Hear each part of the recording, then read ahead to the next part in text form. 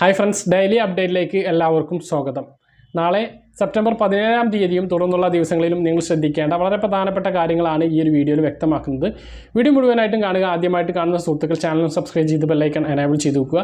കൂടുതൽ ആളുകളിലേക്ക് ഇൻഫർമേഷൻ എത്തിച്ചേരാൻ വേണ്ടി തീർച്ചയായിട്ടും നിങ്ങൾ ആദ്യം തന്നെ ഒന്ന് ലൈക്ക് ചെയ്ത് കാണുക. വീഡിയോയുടെ വിശദമായ വിവരങ്ങളിലേക്ക് കടക്കാം. ആദ്യത്തെ അറിയിപ്പ് പാചകവാതക വില കുറയാൻ പോകുന്നു എന്നുള്ളതാണ്. മംഗളൂരു ഗെയിൽ പൈപ്പ് ലൈൻ പദ്ധതി യാഥാർത്ഥ്യമായതോടെ കണ്ണൂർ, കാസർഗോഡ്, കോഴിക്കോട്, മലപ്പുറം, തൃശൂർ ജില്ലകളിലെ വീടുകളിൽ ഗ്യാസ് പൈപ്പ് ലൈനിലൂടെ എത്തിക്കുന്ന സിറ്റി ഗ്യാസ് ഡിസ്ട്രിബ്യൂഷൻ പദ്ധതി ഡിസംബറിൽ പൂർത്തിയാകും. പദ്ധതി ഇന്ത്യൻ ഓയിൽ കോർപ്പറേഷനും അദാനി ഗ്രൂപ്പുമാണ് ഏറ്റെടുത്തിട്ടുള്ളത്.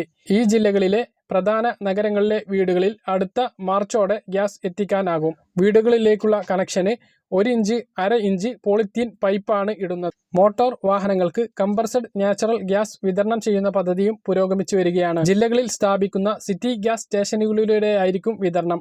പൊതു പൈപ്പിൽ നിന്ന് വീടുകളിലേക്ക് കണക്ഷന് 15 മീറ്റർ വരെ സൗജന്യമാണ്. ഗ്യാസ് ഉപയോഗിക്കുന്നതിന് മാത്രം വില നൽകിയാൽ മതിയാകും.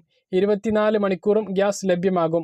LPGയേക്കാൾ 30% വില കുറയും. വളരെ സന്തോഷം നൽകുന്ന ഒരു വാർത്തയാണിത്. കാരണം ഒരുപാട് നാളായിട്ട് നമ്മൾ കാത്തിരിക്കുന്ന ഒരു പദ്ധതിയാണ് ഈ ഗെയിൽ പൈപ്പ് ലൈൻ പദ്ധതി. ഇപ്പോൾ ഗ്യാസ് സിലിണ്ടറിന് സബ്സിഡി ഇല്ലാത്ത ഒരവസ്ഥയും അതുപോലെ തന്നെ എല്ലാ മാസവും 25ഉം 50ഉം രൂപ കൂടുന്ന ഒരു അവസ്ഥയാണ് നിലവിലുള്ളത്. അപ്പോൾ ഈ ഒരു സിറ്റി ഗ്യാസ് വരാതെ നമുക്കൊരു രക്ഷയില്ലാത്ത ഒരു സ്ഥിതിയാണ് നിലവിൽ ഉള്ളത്.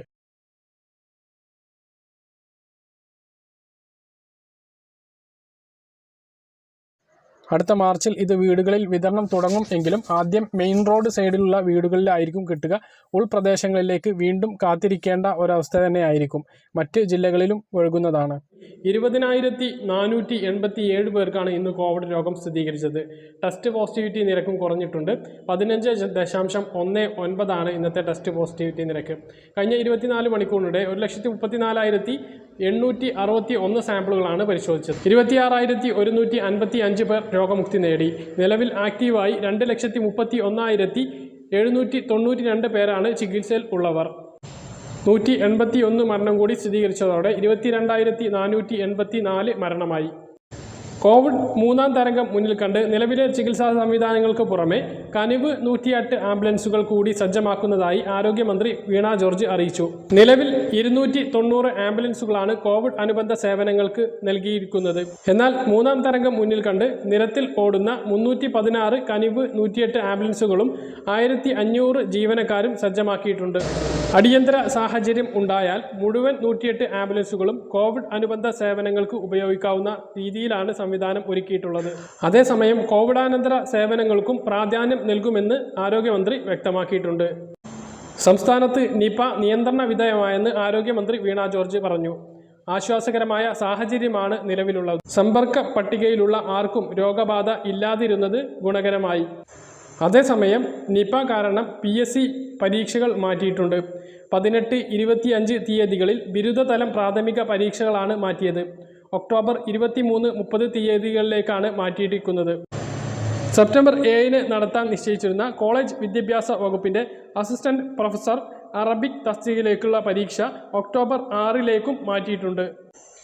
ഇനി ഇന്നത്തെ മറ്റ് അറിയിപ്പുകൾ നോക്കാം. സംസ്ഥാനത്ത് സ്വന്തം പേരിൽ ഭൂമിയില്ലാത്ത 13,500 പേർക്ക് 14-ാം തീയതി മുതൽ പട്ടയം വിതരണം ചെയ്യും. പട്ടയമേളയുടെ സംസ്ഥാനതല ഉദ്ഘാടനം ഈ മാസം 14-ാം തീയതി ചൊവ്വാഴ്ച 11:30 മുഖ്യമന്ത്രി തൃശൂർ ടൗൺ ഹാളിൽ വെച്ച് നിർവഹിക്കും. മന്ത്രിമാരും MPമാരും MLAമാരും മറ്റു ജനപ്രതിനിധികളും പങ്കെടുക്കുമെന്ന് റവന്യൂ മന്ത്രി K. രാജൻ അറിയിച്ചു. കൊച്ചി മെട്രോയിലെ പാർക്കിംഗ് നിരക്കുകൾ കുറച്ചു. ഇരുചക്ര വാഹനങ്ങൾക്ക് ഒരു ദിവസത്തേക്ക് 5 രൂപയും കാറുകൾക്ക് 10 രൂപയുമായിരിക്കും. പുതിയ നിരക്കുകൾ തിങ്കളാഴ്ച മുതൽ പ്രാബല്യത്തിൽ വരും. ഇപ്പോൾ ബൈക്കുകൾക്ക് ആദ്യ 2 മണിക്കൂറിന് 10 രൂപയും തുടർന്നുള്ള ഓരോ മണിക്കൂറിനും 5 രൂപയുമാണ്. കാറുകൾക്ക് ആദ്യ 2 മണിക്കൂറിന് 30 രൂപയും തുടർന്നുള്ള ഓരോ മണിക്കൂറിനും 10 രൂപയുമായിരുന്നു. പൊതുജനങ്ങൾക്കിടയിൽ നടത്തിയ സർവേയിലും മറ്റു അഭിപ്രായങ്ങളും കണക്കിലെടുത്താണ് കുറയ്ക്കാനുള്ള തീരുമാനം. ഇത്രയും അറിയിപ്പുകളാണ് ഈ ഒരു വീഡിയോയിൽ നിങ്ങളുമായി പങ്കുവെക്കാനുള്ളത്. പറഞ്ഞ കാര്യങ്ങൾ കൃത്യമായിട്ട് മനസ്സിലാണെന്ന് കരുതുന്നു. ഇതുപോലുള്ള ഇൻഫർമേഷനുകൾ ലഭിക്കാൻ ചാനൽ സബ്സ്ക്രൈബ് ചെയ്ത് ബെൽ ഐക്കൺ എനേബിൾ ചെയ്ത് വെക്കുക. മറ്റൊരു വീഡിയോയുമായി നമുക്ക് വീണ്ടും കാണാം. അതുവരേക്കും ബൈ.